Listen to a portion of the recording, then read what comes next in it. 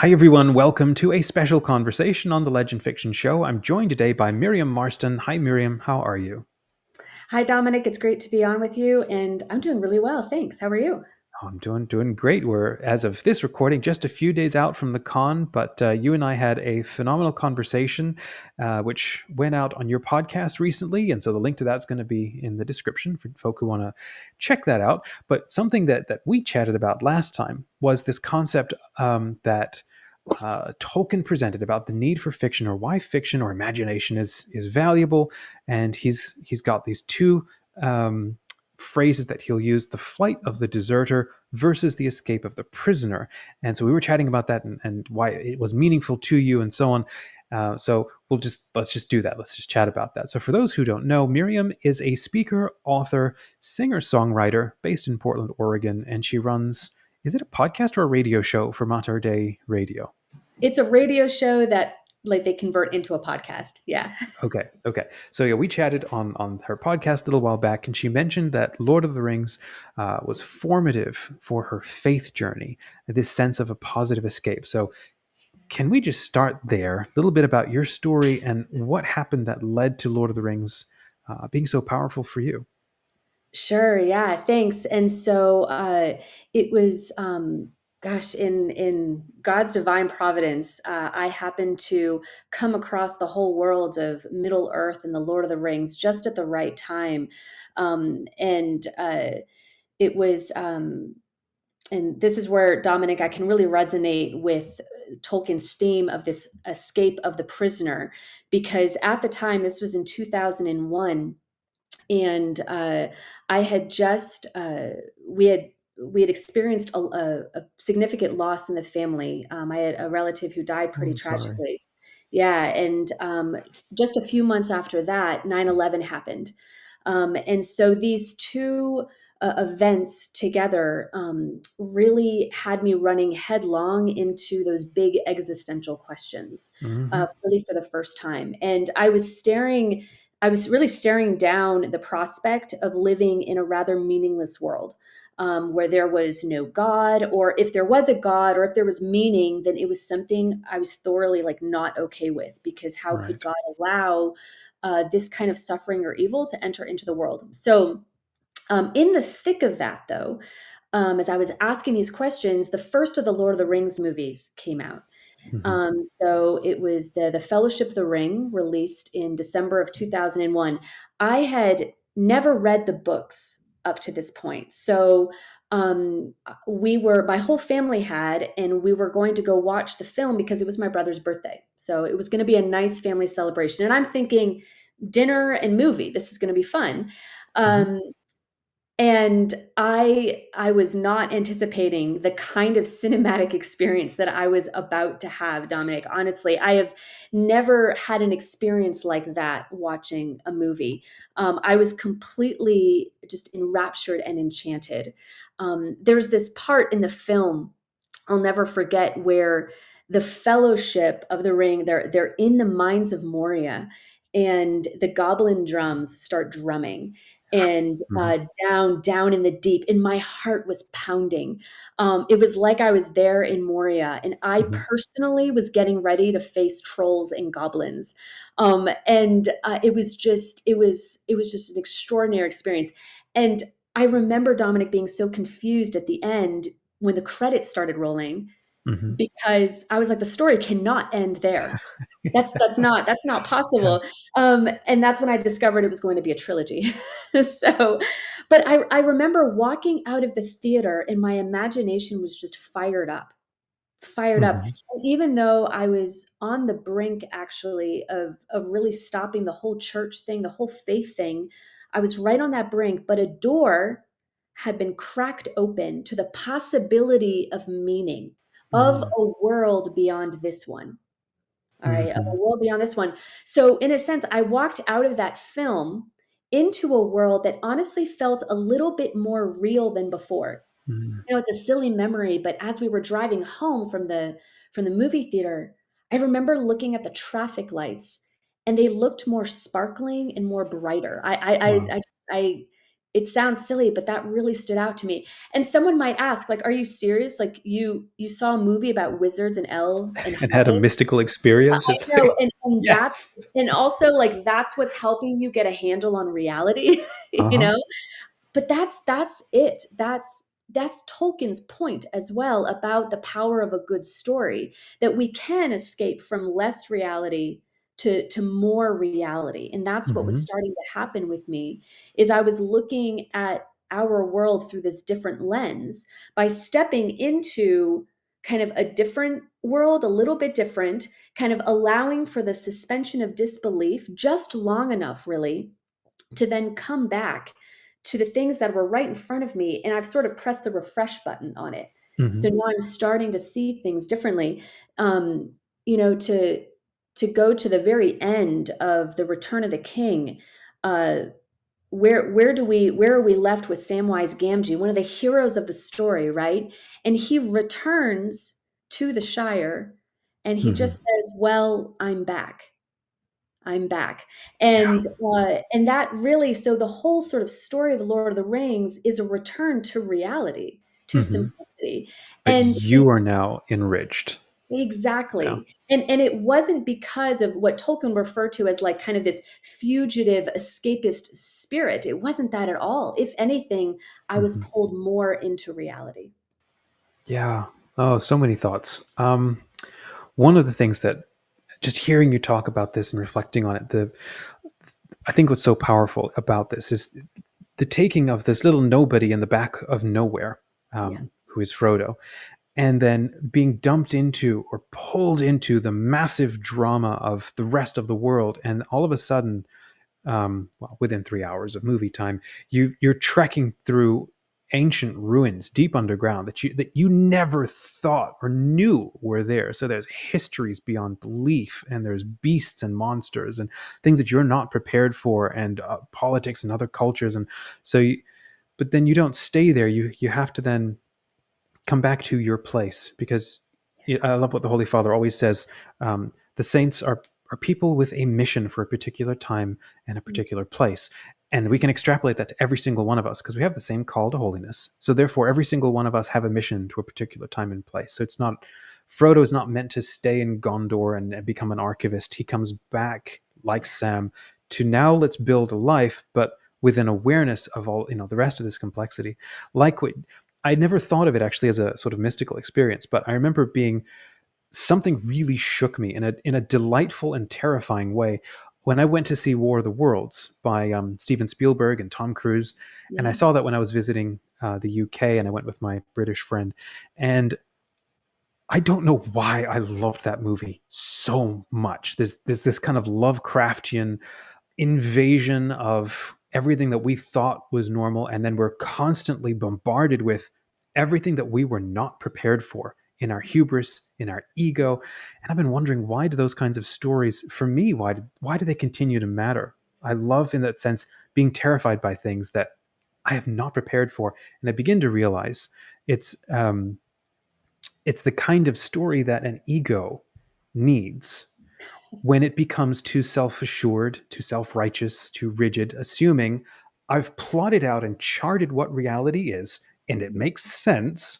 And then Martians show up. It's like, you know, so that sense for you of, um, like you were talking about re-engagement with reality, and like we chatted about re-enchanting, or at least a return to an enchanted. It never stopped being enchanted, but we sort of disenchanted, disconnected ourselves from it.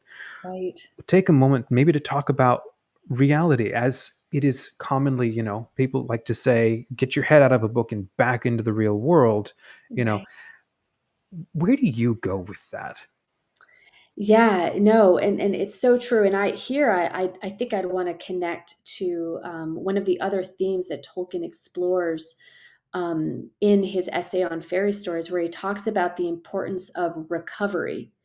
And so even being able to recover the beauty and the meaning of creation around us. And you mentioned the Holy Father just now, and Pope Francis he touches on this theme of restlessness, that in sort of the journey of life, in the quest to find our origins and our destiny, like we're fueled by a certain restlessness. And in that, we have to recover kind of the things that are most important.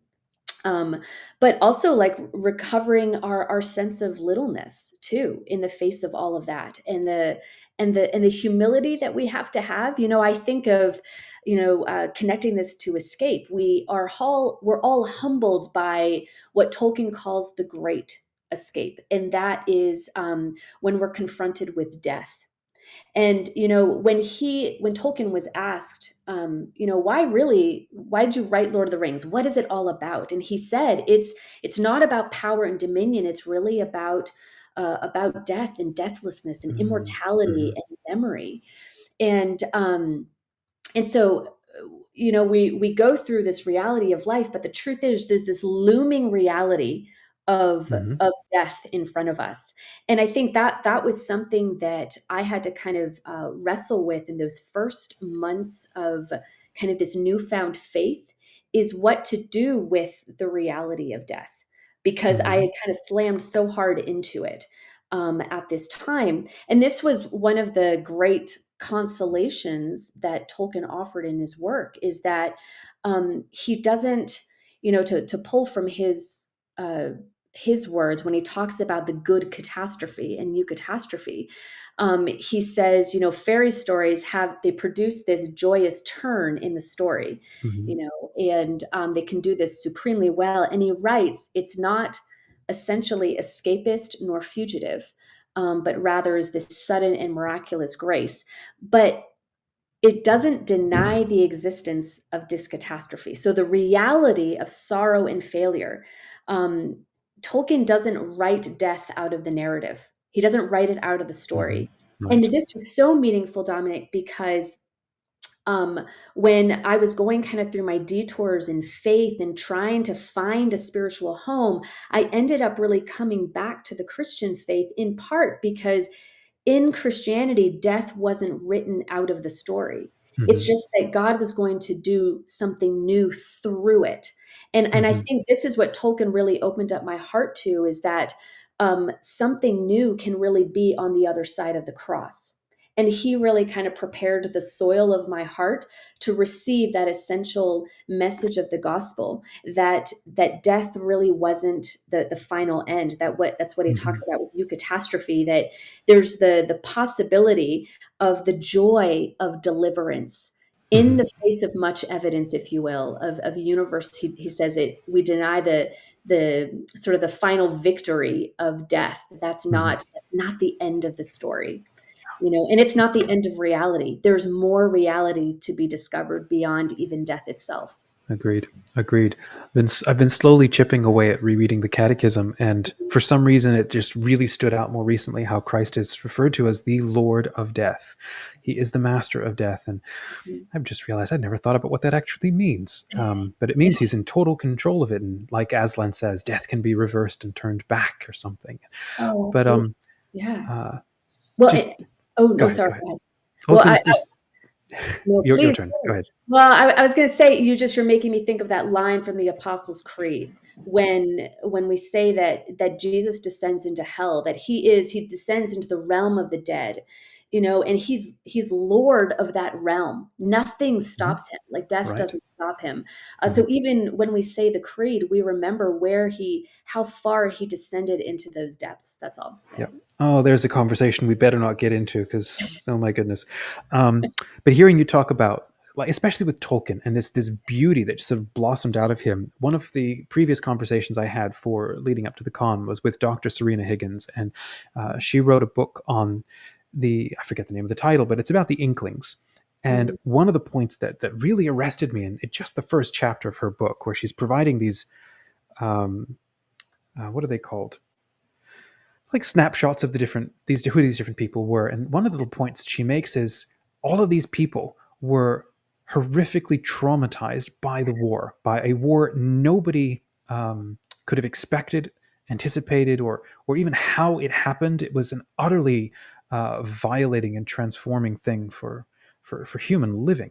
And out of the trenches came this sort of awareness that this cannot be it. You know, you're facing what feels like a Balrog Yeah. in terms of the insurmountable evil in the world, and then these four deeply intuitive, introverted, maybe thinkers, um, all of a sudden could see something different, and they were struck by perhaps. I really think that there was a level of mysticism involved to be able to start seeing beyond, and then they had to turn that into stories to start exploring that. What am I seeing? What am I thinking? What new stories do we need? Because the stories that have gotten us this far are not good enough. You know, Mhm. they're not working. So we need a deeper, a more beautiful story. And to coming then back to the title and your point about the whole um, people flight of the prisoner versus the escape of the deserter.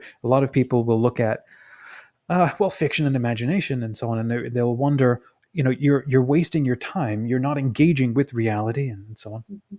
Yeah. Whereas, or maybe this is even Lewis, I forget now, but the whole point is what you think is reality may not actually be. And Right. if your sense of what is real is that it's just terrible and it's awful and so on, maybe you just need to stop and take a year out of your life and fill yourself with not just dogma and not just catechism tracts and not just, you know, the shoulds and the shouldn'ts of how to live a good life. You know, maybe you don't need that. Maybe you need a better story, um, because there's and we are at the end, not the end. We're in this massive process of how do I? This is where I was going with the whole thing with Frodo.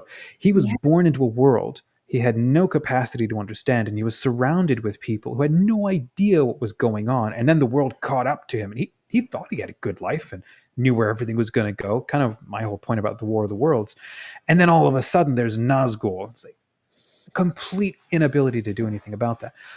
Um, if you're in a world where like the Shire has had its reckoning and it's ripped apart, like in the novels, is it um, escapism to desire the better world that it actually is, as opposed to all of the really silly philosophies or ways of thinking and cultural ways of living that we have now, that we're told this is reality, deal with it.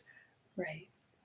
I don't. I'm go waxing rhetorical here. The point is, it doesn't work because we don't want to have kids anymore. We don't Yeah. even want to stay alive anymore. But the one thing we kind of do want is a lot more stories.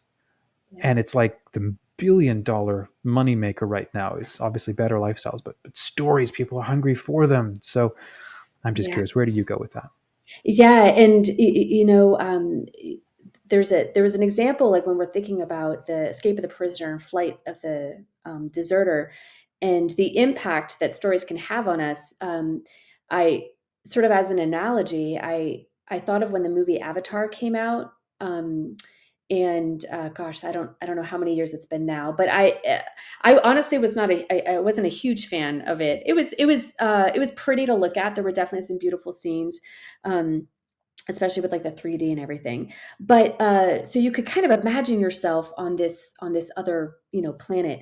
But after the film came out, I remember reading articles about how a number of folks felt kind of depressed afterwards, It was a big thing. precisely because they just got they got kind of disgusted and disenchanted with Earth, and they actually wanted to kind of just abandon here because it was just such a mess and beyond help, and they Mm-hmm. wanted to just escape to Pandora. what's it? It's Pandora, yeah. And that's exactly what Tolkien would say. That's the Mm-hmm. fugitive spirit, the kind of escapism we don't want to foster and cultivate. We want stories that will pull us back into our Mm-hmm. own world, and to say, you know what? It's okay to recognize the prisons in our own life, Mm-hmm. those prisons of loneliness and isolation and hopelessness, the things that we feel trapped by, which might be making our world very small, for instance. Mhm. Stories kind of give us permission to break out of those prisons. That's a good thing. That's the escape we're talking about. As Tolkien writes, he goes, "Why should a man be scorned if, finding himself in prison, he tries to get out and go home? Right. Or if, when he cannot do so, he thinks and talks about other topics than jailers and prison walls?" Mhm. So I think, when we're talking about, writing good stories, I think we want to avoid the temptation to cynicism, Mhm. really, to kind of guard against the kind of cynicism which Tolkien says will come as symptoms of that sort of escapist Mhm. attitude, kind of anger and disgust and condemnation and revolt. He said, let's be on the lookout for those. Our Mhm. stories shouldn't be stirring up that. It should be stirring up this longing to see the world set right, Yeah. and to kind of break out precisely of the prisons that are just yeah, dividing us, confusing us, all of that. It's Mhm. okay to break out of that and Mhm. to go back home. Agreed. Agreed. I'm thinking, for me, it seems like the funniest thing to think about how, you know, we've had 200 years of scientism and materialist thinking and agnosticism and atheists very desperately trying to raise up new generations who are, empiricist, materialist, and whatever. And for all of the value that's in that, and what can be brought from that, um, then all of a sudden someone, it's like we're celebrating, we finally did it, we're struggling to create a future free of religious stupidity and whatever, and there are some valid points to be made there too, but we're finally free from the shackles of the past, and then everybody is like, I want Jedi and hobbits and elves, and I want space wizards and Yep. magic and Hogwarts and you know um Awa, and I want to be on Pandora and so on. And I can just imagine all of these prophets of the new atheism, like, pulling their hair out, like, we Like, got so close. What is wrong with everybody? But that's where I see it as, I mean, obviously, because of the faith background that we share.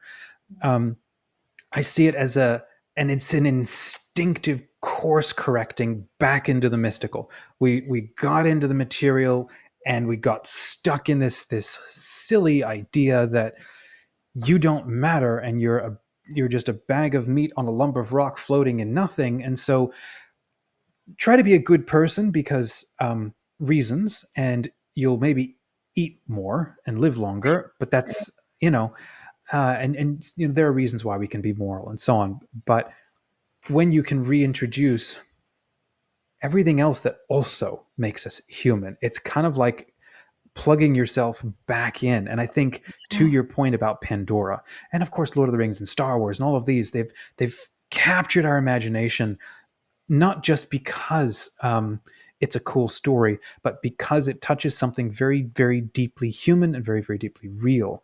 And what I love about Avatar and the series and Pandora and all of that is because what does it show? Is it shows the contact of a hyper materialist culture coming back into contact with um, a culture that lives in a state of unity and participation with creation. And creation is not just a series of objects that surrounds us. It's a living, breathing thing. So yes, it leans over into pantheism, but we can have that discussion. It's a living, breathing thing that is charged with a personality and with intelligence, which is kind of what we say the universe is anyway, filled with angels and intelligences and that are active and that act on us and influence us, and we collaborate with them. And all of this is called participation in the becoming of creation, yeah, and these stories are like vignettes that capture elements of these, and then it's like we watch them and we're like, I've been listening to a lot of Jordan Daniel Wood recently. I don't know if you're familiar with the name, but he makes these phenomenal points that when it comes to something like free will, we don't necessarily sit and look at something and decide, I decide out of a variety of options, I like that, I'm going to love that, and that's just my thing. Is that that's not actually how it works. We see something and all of a sudden something clicks in us, like the birth of our child or the discovery of a fandom or music or something or a movie, and something opens up inside of us that we did not anticipate or expect, like love blooming when we meet somebody that we fall in love with, and then we agree and decide, I absolutely want that. That is for me. And I freely and fully choose that because it's bringing me happiness and my being wants that. And his whole point is that's how God works. God inspires and initiates and moves us, at no point taking away our free will, but blooming in us as something like, oh my gosh, this is so unavoidably, just irresistibly something that I want. And I think this is what's happening with all of these movies. And well, we're hungry for it because we're bricked up in a silly, brutalist, materialist culture where we Yeah. don't know what our relationship is to our own bodies and then to nature itself and then our own soul. I mean, in a way, everything is wrong and it's, broken. Right. What do you No, think? Over to you. well, yeah, and really, I love what you said about those moments that kind of unlock something in ourselves, because I think at that point we're dialing into reality, just increasingly, like we're becoming really ourselves. I remember after I had my own conversion experience and the world felt more real, I went and reread The Velveteen Rabbit, Oh. and about this idea of just like the what is it, like the rabbit becomes just more real, and it was just a kid's story, but it really spoke to me about growing Hmm. towards the reality that we're intended for. And I think what you're saying here is that, for sort of throughout modernity, we've kind of replaced changed our definitions of what real life really is, and how Hmm. and Tolkien pushed back against this. He said what Yeah. we need to do is reevaluate what we actually consider like the real world and real life, because he used the example of what was it? Someone in the university town that he was in saying he was glad Hmm. that the automobile factory was going to be built right next to the city, because it would put residents of the town into contact with mass production and machinery and automobiles. Hmm. And and this person called that the real world and real life. And Tolkien's like, Hmm. how is that more real than dragons? At least dragons Right. can breathe, right? So Right. it's really kind of rethinking Hmm. um, the reality that we're made by and made for. Hmm. Ultimately, all these little vignettes that we pick up in stories, like you mentioned about creation, Dominic, and this, we want to get back to a harmony with nature, with creation, Hmm. and Tolkien would say that one of the escapes that we're seeking in our life are, we want to go beyond the limitations that are put on us. We want to go to the depths of the sea. We want to fly in the air like a bird. We want to be able to speak with animals. Like that's built Hmm. in us, but we come up against our limitations, and we want to kind of escape that, because I think Yeah. that's what we're meant for. When we think of Christian theology and that original unity that we experience with the rest of creation that got broken in the fall, like we Hmm. were meant to kind of exceed these limitations. And so I think in stories we get glimpses of being able to go beyond, again, in these Yeah. positive escapes, Yeah. getting Hmm. past what our limitations kind of set. Absolutely. That's such a great point. Like there, I think Lewis has also said maybe something similar, but I'll just paraphrase, where every animal is perfectly happy being themselves because they're fulfilling their purpose. They're doing exactly what they're engineering. Their goal is, to be. No dog wants to be a flamingo, but like you said, we want to be everything but being human, and at the same time still being human. And For that's being human. Yeah. that level of awareness with things. And so when you stifle that and you throttle that human genius to be aware and to participate in creation. um, there's this show that I love, but it's an anti-hero kind of dark show called Peaky Blinders, right? And Mhm. it's set in Birmingham, turn of the century. And he's somebody who, in a fictive way, rubbed shoulders with Tolkien in the trenches. But these are two men who ended up doing two completely different things with their lives. And Tolkien went on to recognize this cannot be it. Yeah. We have lost connection with a greater sense of what makes up reality. Whereas Tommy Shelby goes in and recognizes everything is wrong. The only way that we make sense of things is to assert and bare knuckle our existence, and force our will. And so he creates an Irish mafia to fight back against everything. Both of them were trying to, respond to reality. Yeah. But one ends up, obviously, both doing the best they can. But with something like Tommy Shelby, you can see how this vision of reality, where everything is factories and work and the complete sacrifice of yourself as a human being towards just trying to create the safety so that you can sleep at night, right? And everything that goes into trying to make that happen for 4 seasons or whatever was amazing.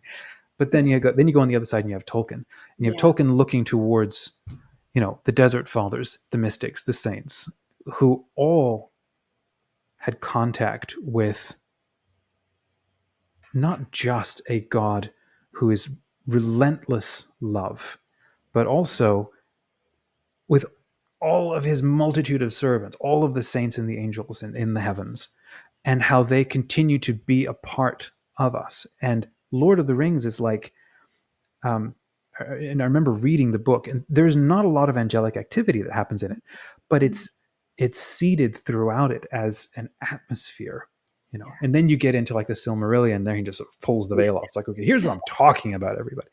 Yeah. And that's something that, as Christians, I think we're caught in a very difficult position today, because we pay lip service to all of these unseen realities, but all of the celebrities that we follow have no experience of it.